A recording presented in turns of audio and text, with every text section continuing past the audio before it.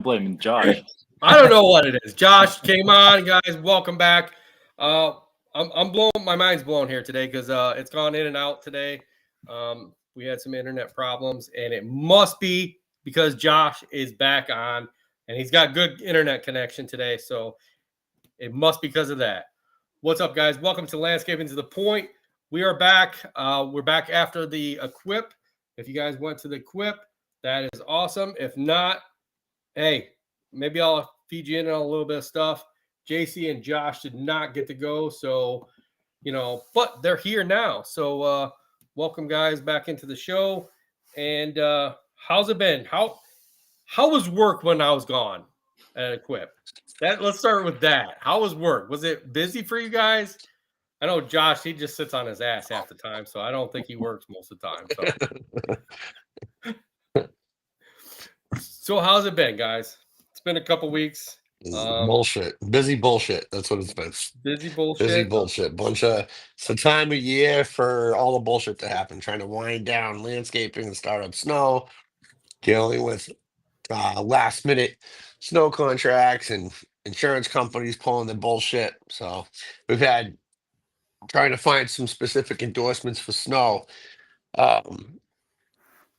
We got a non-renew due to a slip and fall that we're in court for right now, and because of that, we're having a real hard time finding something reasonable, and then finding companies that will write the endorsements we need. So, the whole monopoly of fucking insurance companies.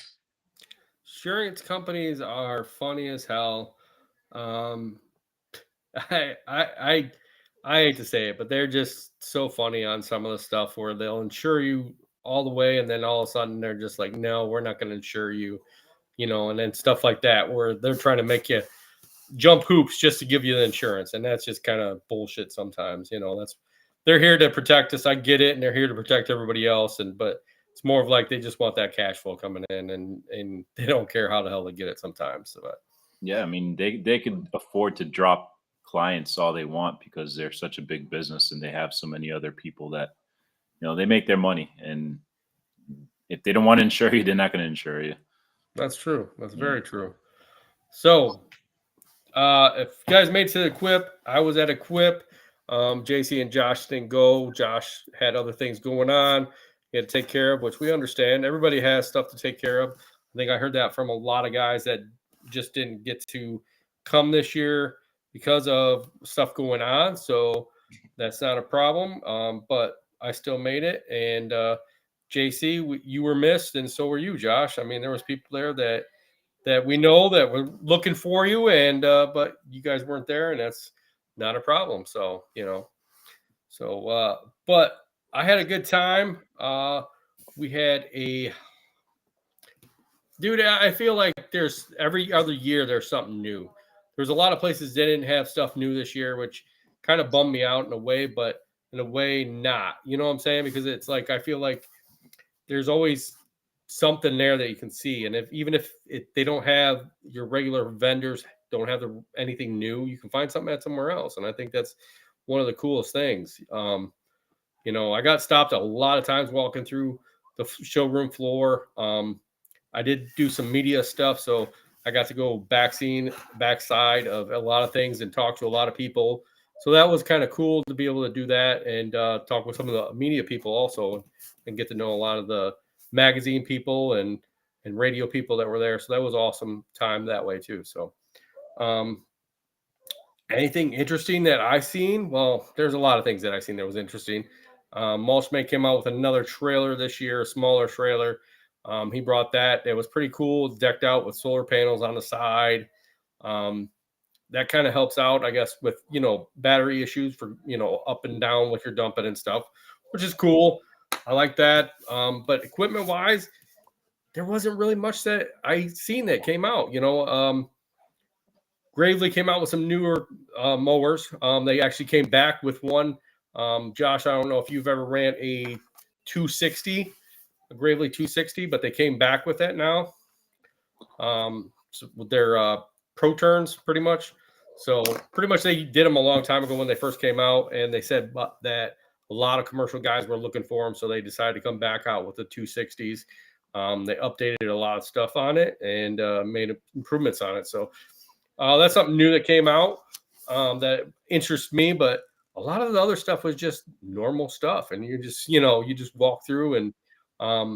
But it was interesting to me to find out.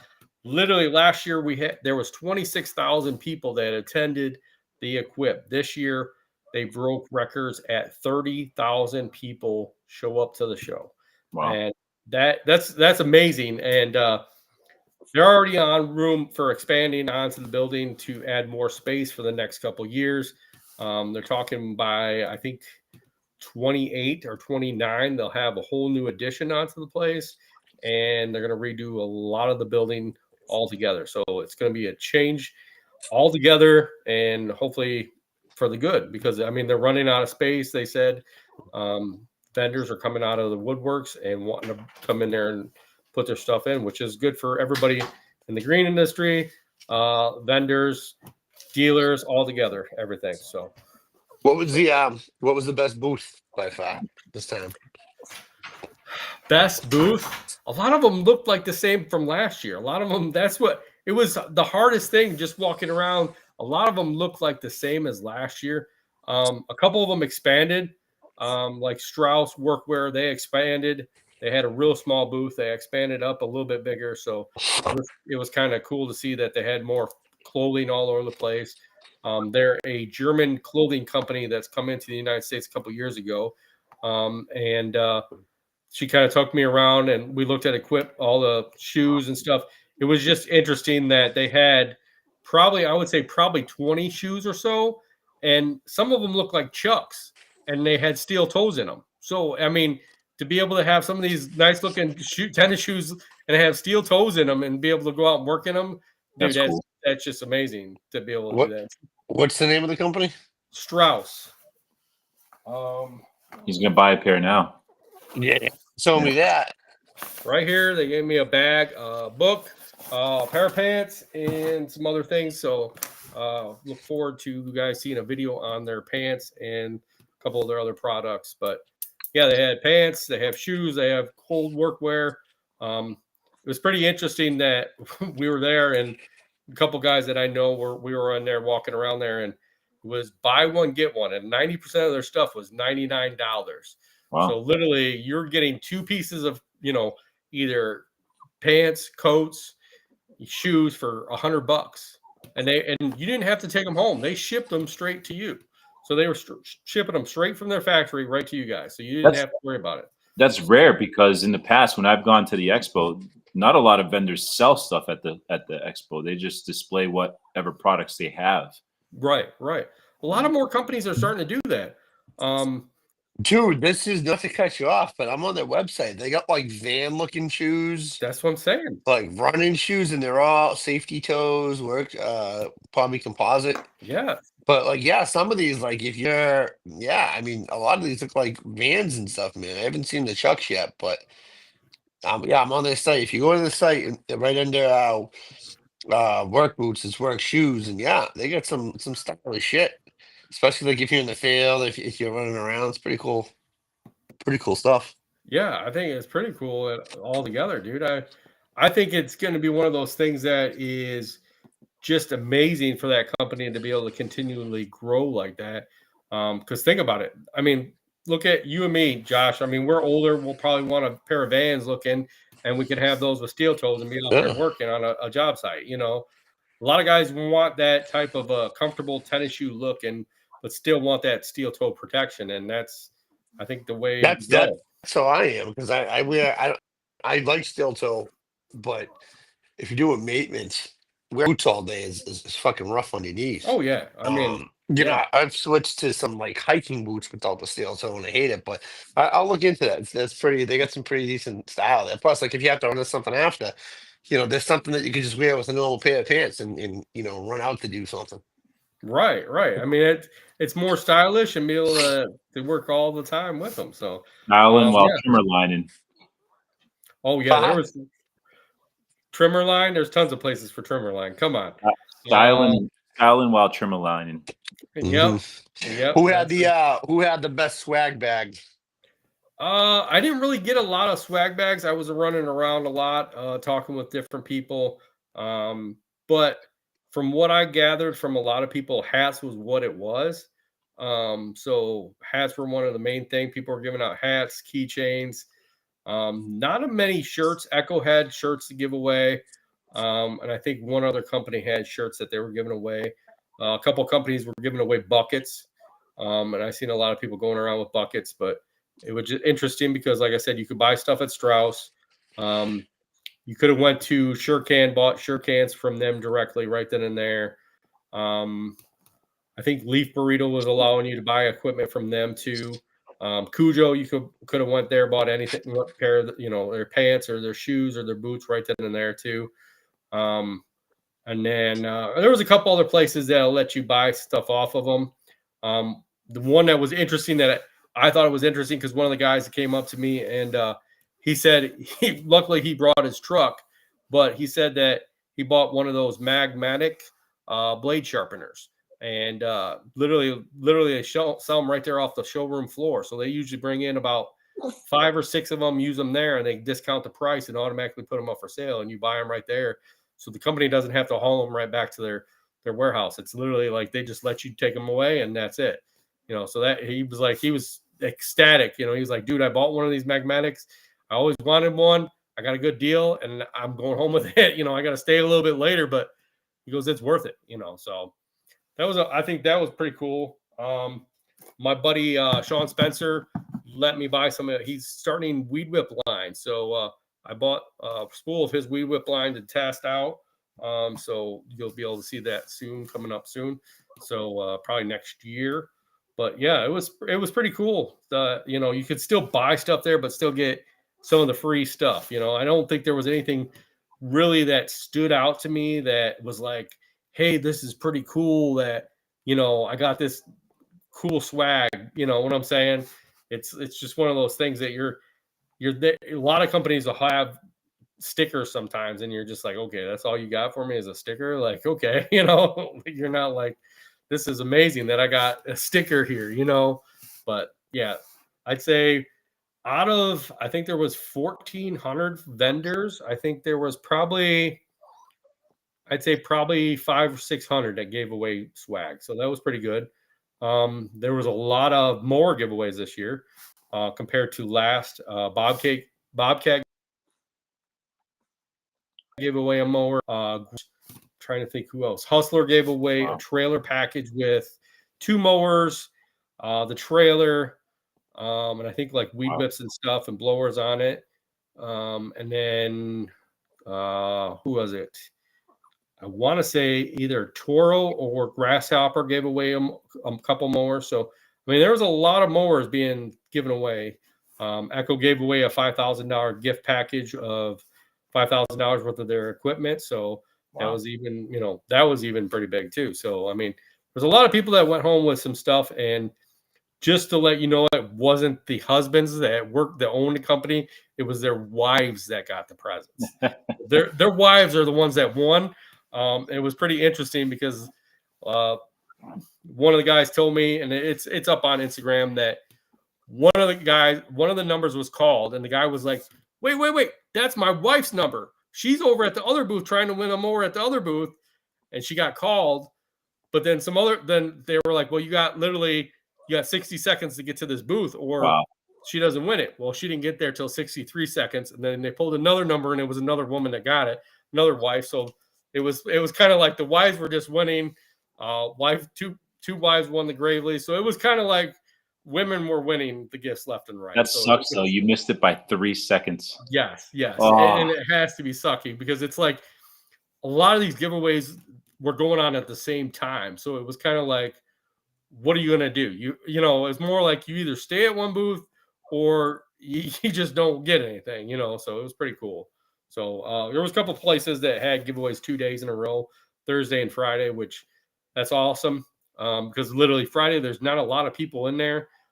Thursday, there was a lot of people in there and a lot of giveaways. And I think that's the day that it's totally packed out. So. Yeah, it's crazy, man, because I'm going back and I remember the first time that I went to the expo back when it was the GIE, right? Yeah. I went in 2016, but I didn't really like get an opportunity to take advantage of everything that I saw there. The second time that I went, I came back with so much swag, like it was ridiculous. Like I had to give some of this stuff away because it was just I had too much like bringing back home, and I had so many hats, so many t-shirts, so many bags. But I realized that like after a few years, it hasn't been the same. Like a lot of the companies have been minimizing how much stuff that they're actually giving away, which, it is what it is, but you could still have a good time. And I think a lot of it is just catching up with a lot of your old friends that you haven't seen in a long time and getting everybody at the same place. It's just, it's a cool experience. Yeah, I'd say networking is more where it's at when you're there. Um, it was interesting because I walked around with a couple of different people that I know from the Echo Means Business group, and it was just interesting because we were walking around at one time, and like literally these two younger kids came up to us and was like, "Hey, I follow you. I know who you are," and you're like, "I don't even know who you are, but thanks for following me, man. You want a picture or what do you want to talk about? It was pretty cool to, meet people that you don't meet all the time.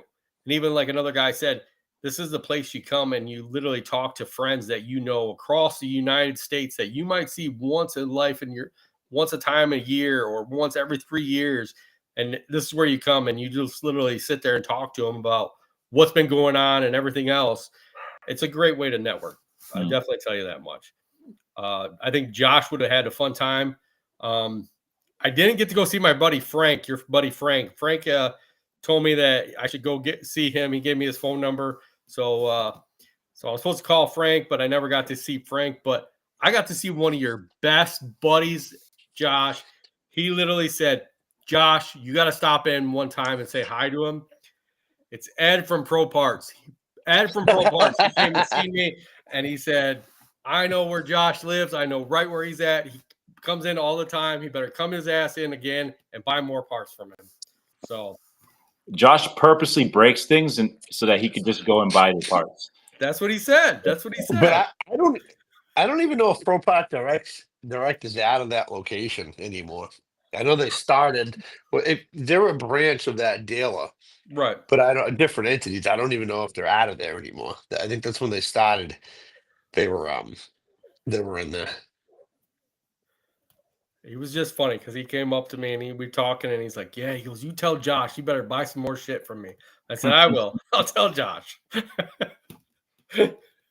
He was happy as hell. So yeah, I got to see a lot of people that are new. And it's just amazing to sit and talk to a lot of our sponsors and just have a great time. So That guy, I'm trying to find the guy's name. He wasn't trying to kill Brian's lawn. actually, maintenance? no, grow it, mow it. Yeah, the hillbilly guy. Yep, Yeah. yep. He actually, I ran into him walking through, and me and him were walking and talking for about 5 minutes before he kept getting pounded by people that just wanted pictures after pictures and shake his hand. But he had a giveaway. He wanted to do it right there at Equip, and Equip told him no.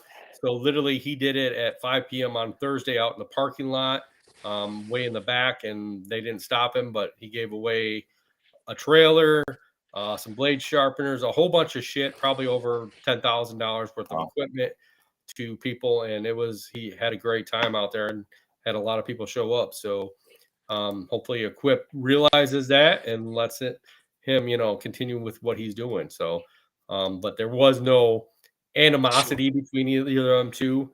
I ran into him and Fullerton, and literally, they kind of kept their pace, but at least Fullerton wasn't being chased down, by the cops watching over him the whole time like he was the year before. So There's so many things.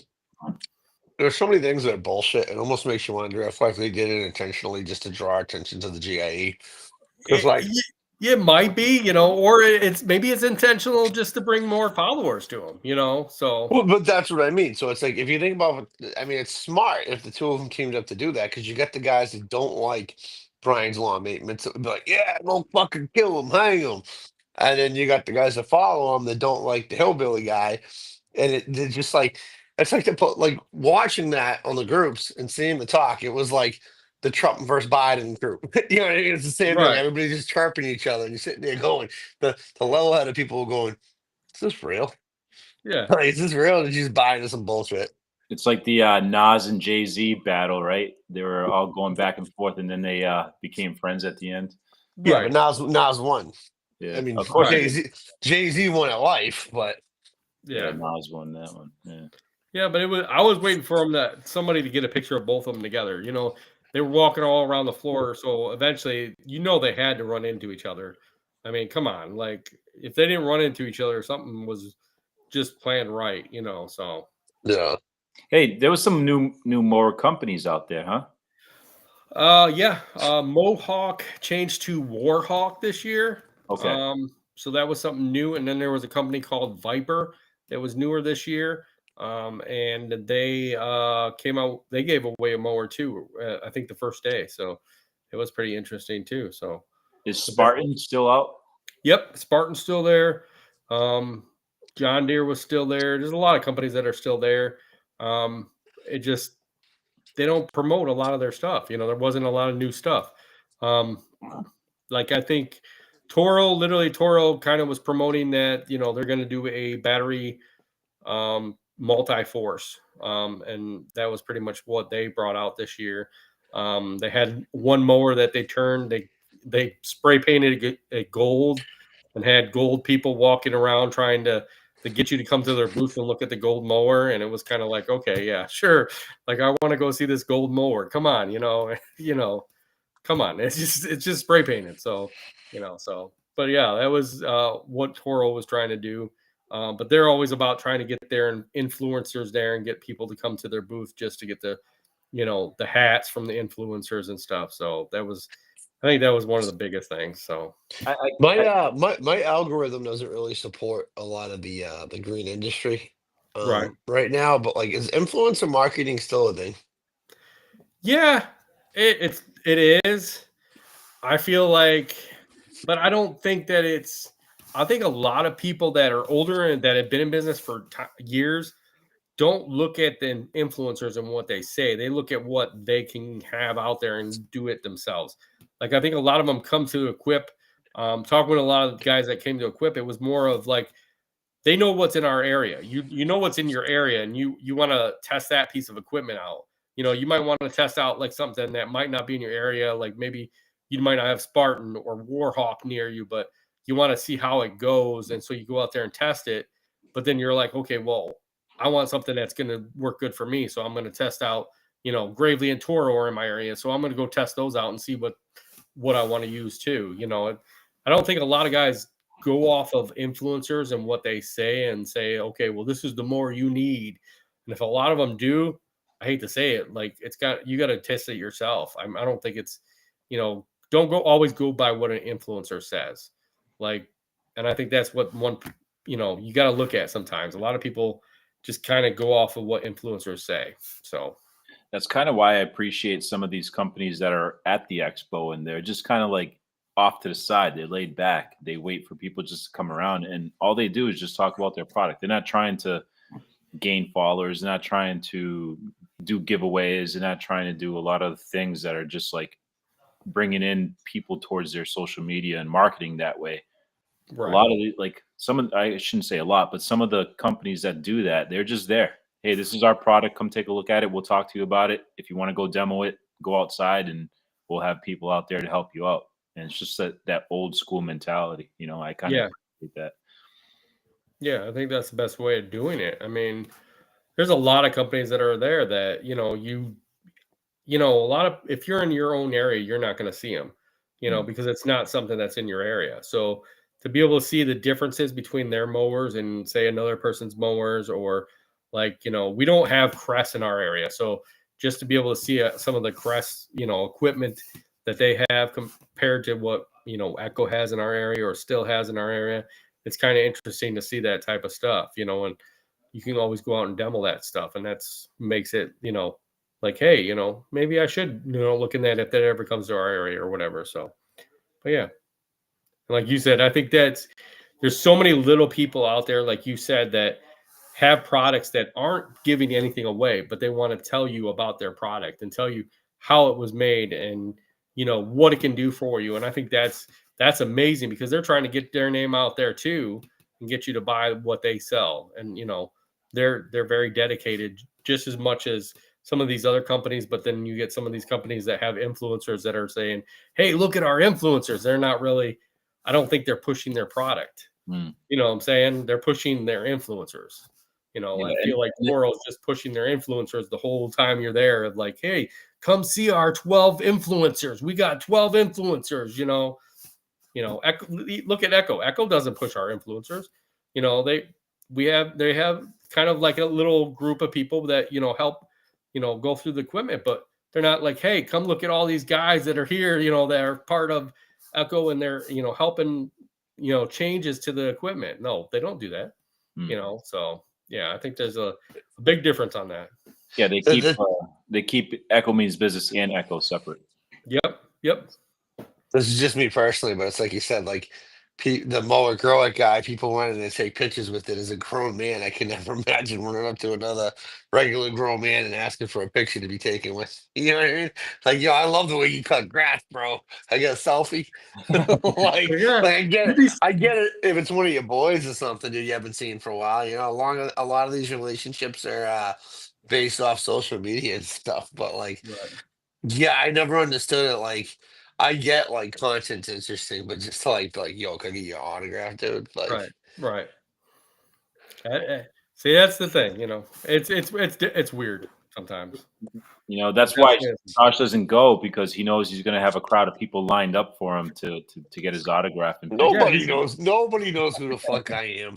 You'd go over to the hardscaping and they would know who you were, dude. No, dude, I'm a nobody in this whole. Like, nobody knows my face. Maybe like 3 people that run those booths might know who I am. That's about it. Everybody that does your type of work would know you. Say it again. Everybody would know who you were. You walk out there. You know what I would hear? The card, have a god. Fucking, that's all I hear. Fucking the entire fucking time. That's it. Pro Parts Direct knows him because he's the one that calls customer service and bitches all the time. Yep. They have my picture. Avoid this guy. Yeah. At all costs, keep away from him. Oh shit! All right, so now we talked a little bit about Equip. So now it's after Equip. What are we doing to push for the rest of the season, fellas? I know I came back to leaf season. And I'm getting ready literally to pump out the leaf season, and my main guy literally just blew out his back literally the other day. So yeah, it's going to be a fun leaf season. Luckily, I think I got a replacement that's going to help out till my guy can get back, but it's going to be fun because literally you never know when the snow's going to fall, but we only have a little short amount of time to get the leaves done and get prepared for snow. So, and I know Josh is already prepared for snow. You're already probably like, what, 5 weeks into leaf cleanup? No, we start. I mean, honestly, we if it wasn't for the little nor'easter we had Thursday and Friday, we probably could have held out a few more weeks. But we're gonna do first rounds on all the commercial stuff starting this week and next week. We got a couple places that are fairly large to take a couple days, and then we would probably go on our second round the week of Thanksgiving and that first week of December, and hopefully call it a year after that. Okay. Yeah, I think that's probably what's going to happen with us. Like the week we just came back to, we just kind of did some mowing because grass is still kind of growing over here. So I think leaves haven't really fallen over here. So it was kind of like, it's not time yet for fall cleanups. And a lot of customers realize that. So we got one extra week of mowing in this year than normal. And we still got a little bit of time before everything kind of hits full bore. But like we like to do 2 rounds just like you do, Josh. So it's kind of like get in that first round and wait up for that second round. So yeah, I mean, I just got approached by a couple of customers that are like, oh, we wouldn't mind a third one. And I'm like, well, it just depends on how we go through the first and second one, how fast we go through it. I can't tell you yes or no, but we'll try to And work you in. So the few residentials we have, we do them like right before Thanksgiving. That's okay, usually like that week we dedicate to them. Um, but yeah, I mean, I'll be honest with you, if it wasn't for that storm, I mean, just driving up the highway today, there's a lot of there's a lot of leaves still on the trees. So, yeah, you honestly, I mean, in the past years in New England here, it's usually like that week of Thanksgiving. I mean, some properties you can wait out till probably December to do wow, them. You yeah, know, yeah. I think there is some properties. I know one that literally she has a tree in her. She's only got 2 trees, and one of them literally doesn't drop till end of December. So it's like, she's kind of one of those people who are like, oh, just wait till very last to do mine, and it's like, Yeah. I'll wait till, like you said, around Thanksgiving, try to get her one time at Thanksgiving. And then if I have time at the end of the year, I'll get her one more time before Christmas, as long as it's, doable. So, so it kind of works out good that way, so. All right, Josh, are you staking your properties yet? well, we should have last week, but we're starting now. This week we'll be going out and staking them. So I Sweet. had some contracts that really dragged ass this year on signing the renewals, and we lost a few, and we said no to a few. So less work, um, less amount of inspections, and less stakes to put in. So we'll get them all staked this week and ready to go, pre-inspections and ready to go. Okay, what kind of stakes are you using? I know, I think I've told you this, asked you before. Yeah, I don't use the plow right. Okay. Just because with shit like that, I'm cheap. And when I buy them off Amazon, obviously the more you buy, I don't know what company it is off Amazon that we buy it from. Um, but last year we bought thousands of them. Are you buying Uh, fiberglass ones? yeah. I Okay. think there's some 4 and there's some 6 footers. It really depended on the property. Okay. But we'll probably put out all 4 footers this year. But we'll probably use about 500 maybe this year, spacing them out for Okay. what we cut back. Like we scaled back on a lot of the areas we were in, just because the contracts weren't reflecting what we wanted. But Right. yeah, I don't remember the company, but it was an Amazon purchase. Yeah, I think if you can get them at a good price, it's worth it.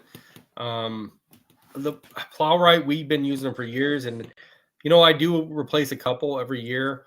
But I think this year, because we've reduced down on some of the snow removal, also, I think that's going to reflect it to where we're not going to have to buy as much. So it kind of helps out. But what Yeah. color are you using? Orange? Um, I like green. See, that's the thing. Plowright, you can get green, purple, black. Um, you know, we used to Yellow. do green specifically, like strictly like the safety green, Okay. because last year and the year before we had so many properties and so many of them were larger. We went cheapest option, honestly. I Orange. wasn't going to spend extra Sorry, money on the orange. steaks, orange. But I do like the green, but again, they're a little bit more money, and it's steaks don't make you money. They save you some money, so it really doesn't matter what color they are as long as you can see them. I think it differentiates you from other companies Yeah. too. I Absolutely, think, absolutely. yeah, because I mean, I use blue. I know another guy that he uses pink, and a lot of companies around us use orange. So it's like exactly that that's your property when you pull up to it. Like nobody can drive by and be like, "Oh, this is my property." Like exactly who has what color around Yeah, us. and I mean, and, there's and that's why we started with the green. We were using green before green was big, okay, and that was the reason because everybody was mainly orange. And the reason why we did the green between this has been when we were split residential and commercial. I ran a lot of subs, and subs on residential homes. When it's snowing pretty hard out, you can't see the address on the side of the house. So you right. see the green stakes, they know exactly where they're going. Right. Have you ever thought of? I don't know if you follow. If you follow this guy, he's in Canada. Yeah, He yeah. runs Northern Lawns, maybe Yeah, the Stefano. Stefano. Yeah, Yeah, it's funny. I didn't really care for the content at first, but like kid's a hustler. And yeah, I see those. Stakes. thanks. Yeah, I it makes me residential interested. maybe. I'd love It to do definitely them. does. So on the residential side, yes. So that kid has like hundreds, if not 1,000, of residential driveways in Canada. Right. Yeah. On the commercial side, it wouldn't make sense because I mean we have some properties we use 2, 3, 400 stakes on. Right. So that's obviously not feasible. But if you were trying to make a point on residential where you're using maybe 4, Right. that's great. You put 2 with your phone number at the very end of the driveway, and then just use regular stakes going up. I think it's a great idea.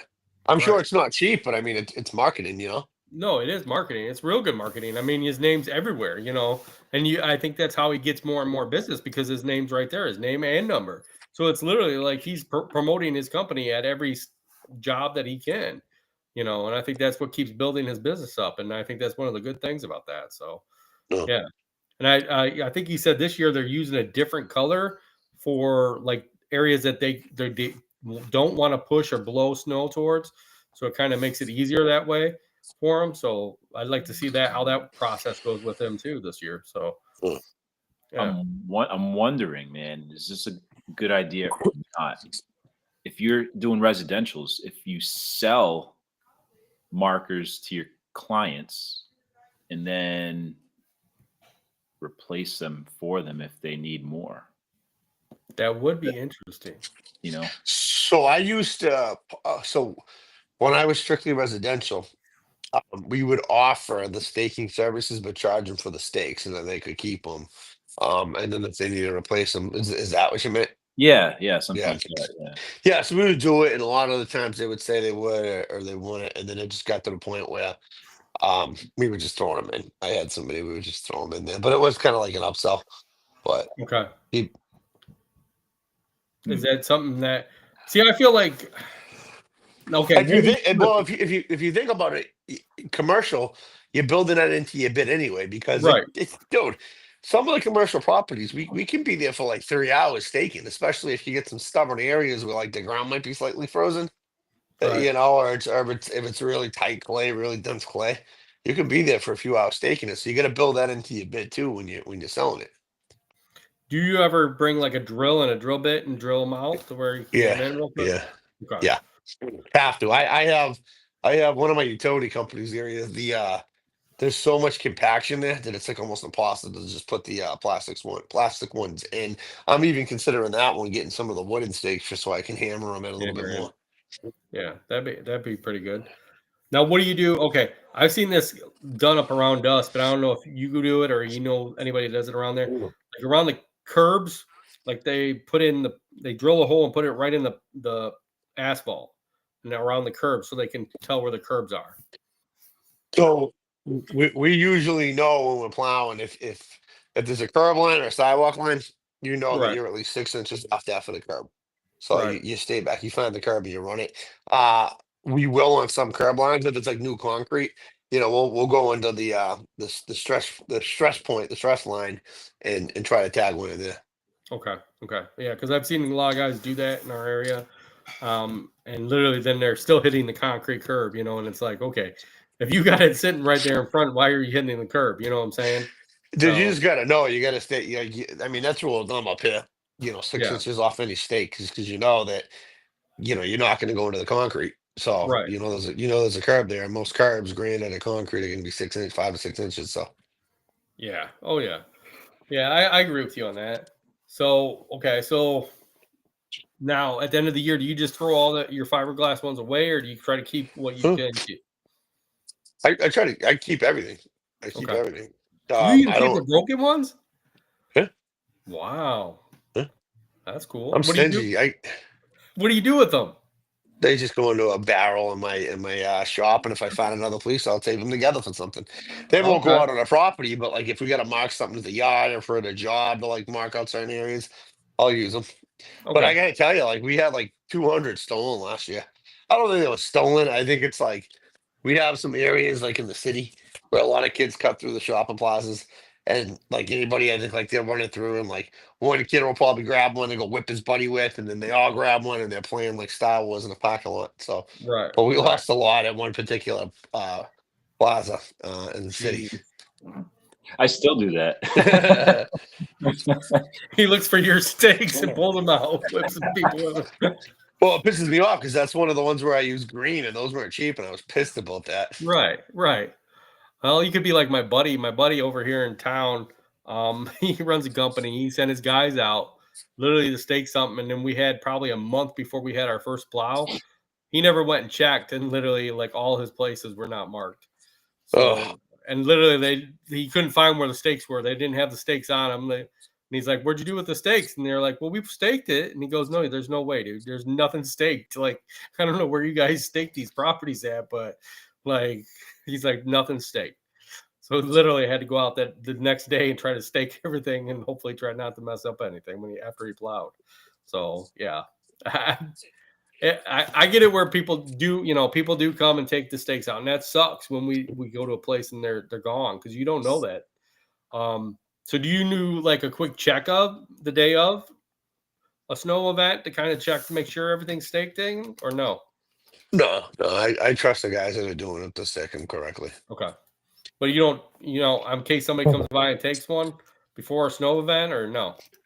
No. Okay, okay. Okay, so now do you mark, okay, like if there's an area a customer says, we used to have places that customer wanted certain areas they didn't want plowed to. So do you make a special marking where that is? We have snow maps for everything. Okay, okay. So each truck has a snow map, or is it just on a central system? It's just an essential system. Like everybody has a screenshot of like the area they're in. Okay. So I think that helps out too. and I'd say aside from one property this year, everything we've had for years. I'm really selective on what I take on. I should, we grew a little too fast on the snow side the past 2 or 3 years, which was good. But we had a lot of no payers, slow payers, um, a lot of investment in equipment where we sold a lot of shit off this year. But then yeah, it gets tricky to manage on that point. But so we scale back, and aside from one, everything we have are properties that we've had in the past. So everybody that's running with me over the winter knows where things go and how they should be done. That's good. I mean, that's always good that you have that and be able to see where everything's at. So Are you Yeah. taking on any new residentials or no? I haven't done residentials for years. Um, it is a very competitive market in what we're running for crew this year. I don't want to say I'm running a skeleton crew, but I'm not bringing in as many guys as I usually do in the winter. Um, so I don't know. We thought about it, but we still have a good amount of work set forth, and I kind of wanted to take some time in the winter to restructure for the material yard and start planning. So what ends up happening is when we have so much going on, I'm still out there for days at a time. So my goal was to really limit my time out on the road this winter to focus on getting ready for spring. I think that's good. I mean, you got a goal of what you want to do, and I think sometimes we get, wound up of like we got to continuously get all this work and stuff, and having that time and even reducing down a little bit can help out a long way. Listen, I want the work. Don't get me wrong. It's just things have gotten so expensive to correctly run a snow division. Like the deeper into it I get, I realize like how underinsured so many guys are. Right. We went to go add a nursing home to the portfolio this year. And I usually add everything to the insurance just to make sure we're covered.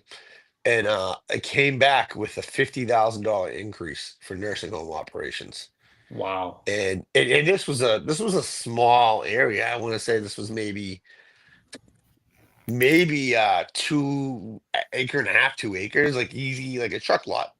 Right. And no sidewalks. Nursing homes up here, at least typically their facilities manager does the sidewalks themselves, just liability wise. And they didn't give a fuck. The companies that were writing them said it's 50,000 to start on nursing home operations. So I had to unfortunately back out of that one. But Wow. they have to fit. I mean, pushers are expensive, loaders are expensive, skid steers have gone through the roof. Having to pay guys, like I have no problem with paying guys a really good wage for snow work because it's hard work and it's long hours. But the storms we get up here now, also, it's like fucking 12 hours for like a 3-inch storm lately. Right. It really eats things up, and that's been our issues is, between salt material, and calcium, brine, and labor, and the amount of time it's taken, it's eating up a lot of the bottom line. So, we made the decision to scale back quite a bit this year. We should still hit the same bottom line dollars, but we trimmed out all the fat. The travel time, the fat, the material. We're still owed a substantial amount of money from last year. So it's shit like that. Plus, it's the admin time it takes on Right. too. So it's scaling back to grow a little bit more organized. We're really going to be conscious of what we take and not just take work on to have it. That's always been kind of the thing. Is like we get a decent contract, the numbers are on that. They like, we negotiate the terms, the service conditions, and we sign the dotted line. But then, Right. as everybody knows, when you get to the commercial snow market, anything and everything can happen. You know, so scale back, and we'll scale back up next year. Yeah. But we'll get through this year. But the insurance is starting to cost a lot of money. There's not that many companies that are writing like proper snow coverage. I know a lot of guys, I'm covered and I do this and this. A lot of those are blanketed snow policies or blanketed general liability policies where, like, if you're not open with your insurance carrier on what you're doing, they won't cover that claim and you'll be paying that out of pocket. That's like guys that take these Walmarts through case for like $20,000. Big box stores are usually a no-no with most insurance companies. Um, you get a slip and fall, you're paying 50, 60, 70 grand out of pocket. Wow. Wow. See, and I don't think a lot of people know this. A No. lot of people need to know this stuff. I mean, Oh, shit. try to remember this endorsement for anybody who listens. I brought it up for years. CG 2292. That's continued services, right? So that's what a lot of these, if you listen to SEMA, that's what a lot of these um, larger corporations are going after. And then a lot of the um, office parks are going after. And essentially it's just to pass the blame down to the contractor and make sure it's covered. That's basically like, general liability covers you while you're on the property. You're plowing, it covers any damage that your snow plow does to a light post, a curb, you run someone over, it covers that stuff. But where's the coverage for after you perform and maybe you miss a spot Right. when you're salting, right? Or you get a refreeze. That's what that CG 2292 covers, where you salt the parking lot, sun comes up, things melt, it refreezes. It's not your contract to do it. At the end of the day, the property owner is just looking for someone to pass it down to and collect. And that's essentially what it is it covers everybody in that fold. But it's expensive. I think I talked to one carrier last year that was, I forget if you said if it was 10 or 20 grand per $100,000 is typically where it starts. So if you're doing $100,000 in revenue, which commercial work you can easily do, expect to pay around like $10,000-15,000 if you don't have any claims on you when you do your loss runs. This may be Wow. a stupid question, but why couldn't you include some language in the contract that you're not responsible for anything like that? Yeah. You can, but at the end of the day, insurance companies, they're gonna settle out. Doesn't matter. Like if there's a slip and fall and someone goes in to sue, your insurance company is going to make a business decision, and you have no say in it. It doesn't matter. Like they'll use your contract to see what it says. Hold harmless is don't use a hold harmless contract. Is kind of what you're referring to. Don't usually hold up. If you've performed it and it's not negligent, usually you can afford it. You can avoid it, but there used to be a lot of protected in Massachusetts. It was like acts of nature, or it wasn't acts of God. It was like God, acts yeah. of nature. Yeah, where like refreezes or like the wind comes through and blows all your salt off. You're okay, but that doesn't cover anymore. It's a sue happy world. So most insurance companies are going to try to settle with the person suing for the least amount of money. But I don't mean the contract with the insurance company. I mean directly with the retailer. Like if I go to Walmart and say, "Hey, listen, I won the bid for you guys, but in my contract I said that Curvin Green Industries not responsible for anything after the fact." They would never do it. Yeah. They would never do it. So when these companies like Walmart, Home Depot, Office Max, when they're hiring a snow contractor, essentially it's an insurance policy for them. they don't want anything on it. Like they're not going to take any blame. They don't want their rates to go up. So they're putting everything on the contractor, which is why I think it's absurd that the price these contracts are going over. You're talking like an 8 to 12 acre property going over for like 20K all inclusive. That's insane. You've been to Walmart. You know how busy they are. It's hard to salt those without walking in between cars and salting them. So big box stores will never allow that language. You usually have to go off to their contracts unless it's direct. Most of those contracts are done through nationals. Nationals, again, they're brokers. They're not even doing the work. They're just, they're getting the contracts and then dispersing them to, hundreds of contractors in their areas. But you'll usually never have anybody sign that waiver of the whole harmless. It used to be a thing, but not anymore. Interesting. Very interesting stuff, guys. If you don't realize this, definitely look into that because I think there's a lot of us that are not up to par when it comes to snow removal, and especially when doing commercial stuff. Well, one thing while we're on topic of snow, Yeah, a GI or Equip. Okay. was Cage there, the snowplow company? Case. Cage, Kage. It doesn't sound familiar. They're the company that makes the pusher that you can detach the box ends and it becomes a plow and it's articulating. Yeah. The blue ones, were they Yeah. there? Yeah. Did Yeah. they have their new wing plow there? Yes, they did. Yeah. So anybody listening, if you know what Cage Innovations is, it's a snowplow company that had an articulating snowplow pusher. That's super efficient. I've used one in the past. You can drive around your parking lot during the storm and push it in any snowplow, and also you can clean up around curbs and islands is the best thing because it Right. articulates left to right.